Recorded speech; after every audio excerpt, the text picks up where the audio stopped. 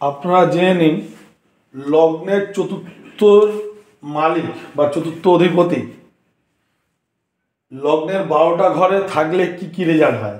তাহলে এখানে 12টা ঘর আছে, 12টা লগ্ন আছে। আপনাদের যে কোনো লগ্ন হোক, সেটা হচ্ছে আপনাদের ফার্স্ট হাউস।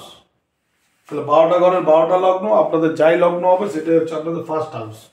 তাহলে আমি এখানে একটা লগ্ন ধরে নিলাম, আমি এখানে সিংহ লগ্ন ধরে নিলাম, এটা হচ্ছে ফার্স্ট হাউস। তাহলে আপনাদের যেই লগ্নগুলো হবে সেটা হচ্ছে আপনাদের ফার্স্ট হাউস। তাহলে লগ্নের আজকে বিচার করব চতুর্থ ঘরের অধিপতি মালিক প্রত্যেকটা ঘরে বসলে কি কি রেজাল্ট পাওয়া যায়। তাহলে 1 2 3 4 এই ঘরের মালিক, তাহলে লগ্নের চতুর্থ ঘরের মালিক, এটা 4 নম্বর ঘর লগ্নের। এই যে মালিক যদি লগ্নে বসে থাকে, এই ঘরের মালিক যদি লগ্নে বসে থাকে, তাহলে চতুর্থ ঘরের মালিক 1 2 3 4 এই চতুর্থ ঘরের মালিক লগ্নে বসে থাকলে স্থাবর সম্পত্তি লাভ, যানবাহন যুক্ত হবে। যাদের লগ্নের চতুর্থ ঘরের অধিপতি লগ্নে বসে আছে তাদের স্থাবর সম্পত্তি, স্থাবর অস্থাবর সম্পত্তি এবং যানবাহন যুক্ত হবে।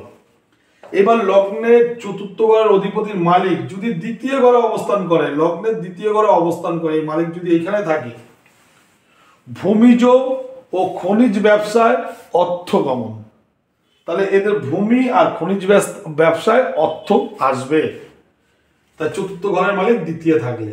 এবার এই লগ্নের চতুর্থ ঘরের মালিক যদি তৃতীয় হাউসে থাকে, এইখানটায় যদি থাকে, লগ্নের তৃতীয় ঘরে থাকে, পিতার সম্পত্তি নাশকারী এবং বাসস্থানের পরিবর্তন।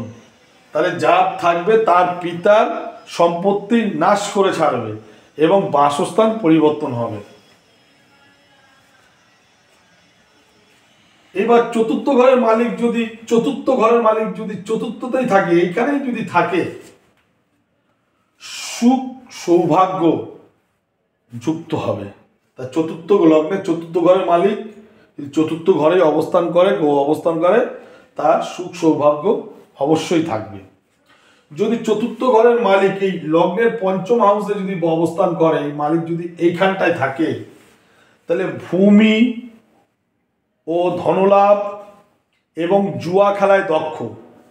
চতুর্থ ঘরের মালিক যদি লগ্নের পঞ্চম ঘরে যদি অবস্থান করে, তাহলে ভূমি, ধনলাভ এবং জুয়া খেলায় দক্ষ। এবার চতুর্থ ঘরের মালিক লগ্নের যদি ষষ্ঠ ঘরে অবস্থান করে, এই ঘরটায় যদি থাকে, লগ্নের ষষ্ঠ ঘরে, তাদের বন্ধু থাকবে না, তাদের বন্ধু ক্ষতিকারক, বন্ধুহীন এবং ঋণের জালে জড়িত থাকবে, বিভিন্ন জায়গা থেকে ধার দেনা করে ফেলবে। তাহলে লগ্নের চতুর্থপতি যদি ষষ্ঠে থাকে, তাদের বন্ধুরা ভালো হবে না, বন্ধু তাদের থাকবে না এবং বিভিন্ন ঋণের জালে জড়িয়ে যাবে। যদি চতুর্থ ঘরের মালিক লগ্নের সপ্তমে অবস্থান করে, এই ঘরটায় যদি অবস্থান করে, বন্ধুলাভ, বিবাহ ও ব্যবসায় ধনলাভ। তাদের লগ্নের চতুর্থপতি যদি সপ্তম ঘরে অবস্থান করে, বন্ধুলাভ, বিবাহ ও ব্যবসায় ধনলাভ।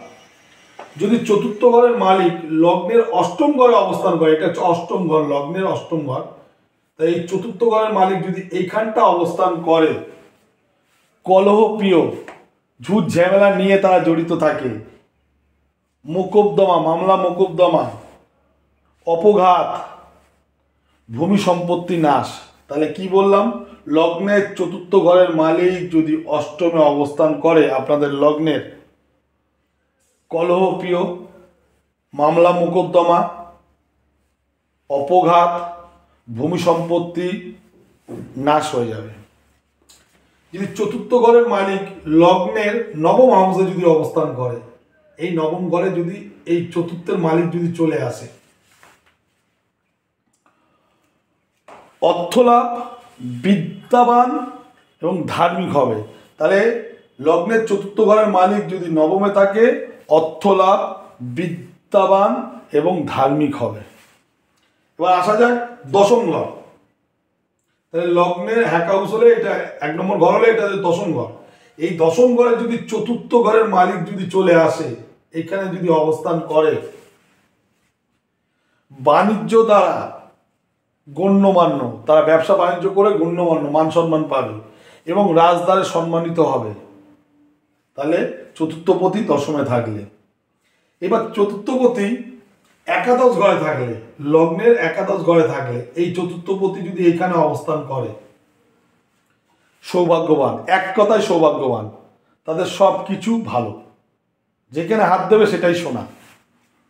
এবার লগ্নের চতুর্থ অধিপতি যদি লগ্নের দ্বাদশ ঘরে থাকে, মানে 12 নম্বর ঘরে থাকে, এইখানটায় যদি গ্রহটা যদি অবস্থান করে, লগ্নের এখানটা অবস্থান করে, নানা প্রকার ক্ষতি, নানা প্রকার বিপদ, জেল, বদবন্ধ, বাজে সঙ্গ, বাজে বন্ধু বান্ধব, বদবন্ধ থেকে ভয়, তাই লগ্নের দ্বাদশ ঘরে থাকলে চতুর্থপতি এই ঘটনা ঘটবে। তাহলে আপনাদের লগ্নের চতুর্থ হাউস 12টা ঘরে বসলে কি কি রেজাল্ট হয় আপনাদের জানালাম। ভিডিওটি ভালো লাগলে শেয়ার করুন এবং লাইক করুন। এরপরে পঞ্চম ঘরের অধিপতি সম্বন্ধে আপনাদের জানাবো। নমস্কার।